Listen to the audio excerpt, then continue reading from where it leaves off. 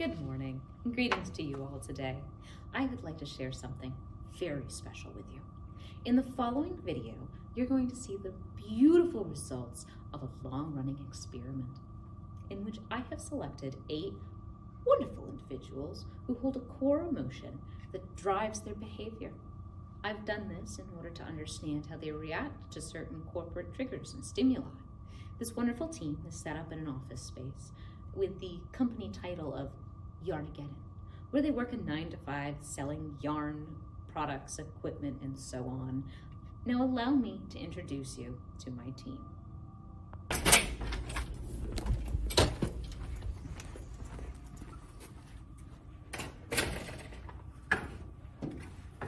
This is Brianna. She can be described as an aroused, astonished, and stimulated individual. Though she finds herself actively reacting to her coworkers with high activation on both the positive and negative scale, it can be hard to predict which way her prompt reaction will fall. Yeah, Brianna, I'm gonna need you to make a spreadsheet over the last quarter. Sweet, I love making spreadsheets about the production of yarn. As you can see, she has responded kindly to this request, indicating a clear sense of enthusiasm and engagement. Her reaction suggests that she feels a sense of surprise, coupled with an emotional energy that reflects genuine interest or excitement towards the given task. This emotional surge is not out of the ordinary for her. Rather, it aligns perfectly with her usual, neutral, high-activation emotional nature.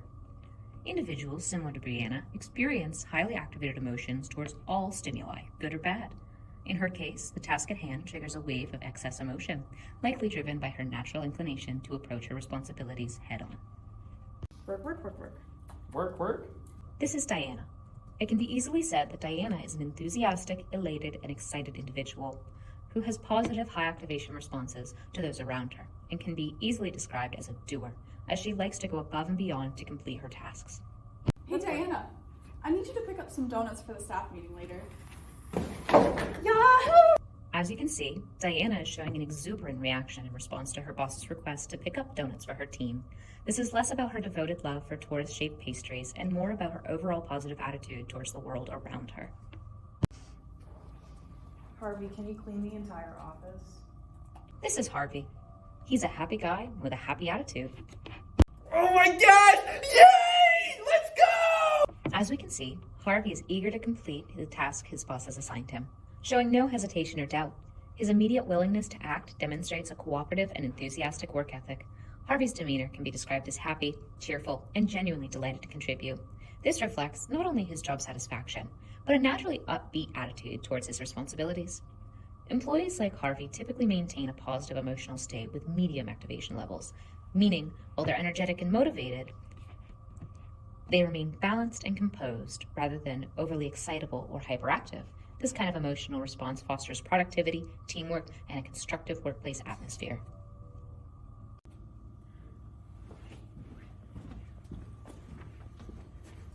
Tim, I need you to put paper in the copy machine.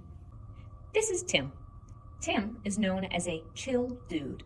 He tends to react on a low activation level, though he always seems to have a positive attitude about things. Bet, bro, I got you. Tim appears content and self-assured in his ability to complete a simple yet essential task, such as placing paper in the copier machine. How kind and considerate of him to ensure such duties are handled smoothly. His personality is often described as relaxed, content, and calm, a steady presence in the workplace. Tim embodies a laid-back, easygoing attitude that allows him to approach his responsibilities without unnecessary stress or urgency. While he may not actively seek extra work or push himself beyond what's required, he consistently meets expectations and performs his duties. His dependable nature and composed demeanor contribute to a balanced, stress-free work environment, making him a valuable team member who can be counted on to deliver steady, satisfactory results. Brittany, I need you to roll some balls of yarn. This is Brittany. She is said to be a neutral person. She hardly speaks, but that does not mean she's unhappy. Brittany is not a particularly energized nor sullen person. She is usually at peace. Okay. As you can see, Brittany elicited a quiet, tranquil response to the situation. Her reaction was marked by a calm neutrality, showing neither excitement nor displeasure. This indicates low activation in her emotional energy, meaning her emotional state remains steady, composed, and undisturbed. Brittany did not respond with strong positive enthusiasm or noticeable negativity. Instead, she maintained a balanced, even-tempered demeanor. This type of response suggests a personality that is emotionally regulated, preferring to observe and process situations without immediate high-energy reactions. Such individuals can stabilize a group or workplace, offering consistency and calm in both ordinary, potentially stressful situations. So, as I'm discussing in this presentation, the yarn supply is really low and we really need to get it up. Tori, again. This is Wanda. She tends to have low activation levels, along with negative emotions, resulting in her not being attentive during important meetings or presentations. Poor Wanda. She seems to have a very low activation level that's negatively impacting her in the workplace. I can tell because she's actively unconscious, which isn't new for her. Because emotion impacts our behavior and Wanda is feeling bored and tired, she's asleep. It can be said that her behavior results from low emotional intelligence, as she doesn't seem to be motivated to even stay awake. Carly, I need you to lead the morning chant. This is Tori. She is often described as a dark cloud and does not interact with people very much. When she does, she complains about how unhappy she is. Let's see how she responds to the next request.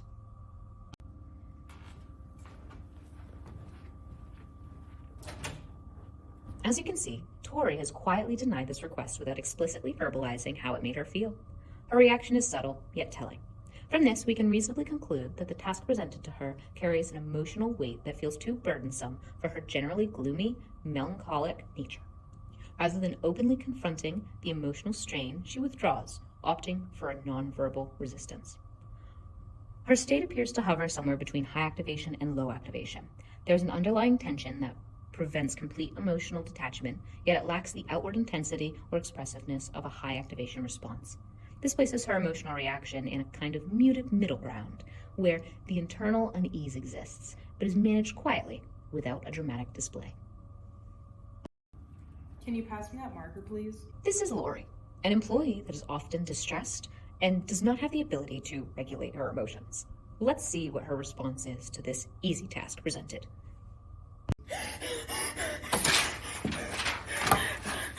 As you can see, Lori is not okay. Lori's reaction to her boss provides a clear example of high activation, negative emotions in action. Upon receiving the task, her immediate response is marked by visible distress, nervous energy, and apprehension. Even though the request itself is simple and routine, Lori's emotional state rapidly escalates into a heightened, uneasy tension. This response falls into a state characterized by feelings such as anxiety, fear, agitation, or frustration, often paired with an elevated physical and emotional arousal. Lori appears jittery and fearful, her body language and expressions reflecting discomfort and worry, despite the situation not warranting such a strong emotional response. Welcome back, and thank you very much for sticking around to the end. As I'm sure you noticed, the 8 lovely individuals had their own very distinct individual personalities. These were defined by the differences in their high or low activations, their positive or negative emotional types, and their emotional intelligence overall. We understand that the triggers and stimuli around them result in different reactions, some nicer, some not so kind, and that's all right. This is all a part of moving forward and understanding the workplace, how well it can function, and how easily you can make a job satisfactory environment. Further steps through this research study will to be taking these results and looking into training procedures where we can produce an organizationally desired behavior. Thank you very much for watching. 2, 3.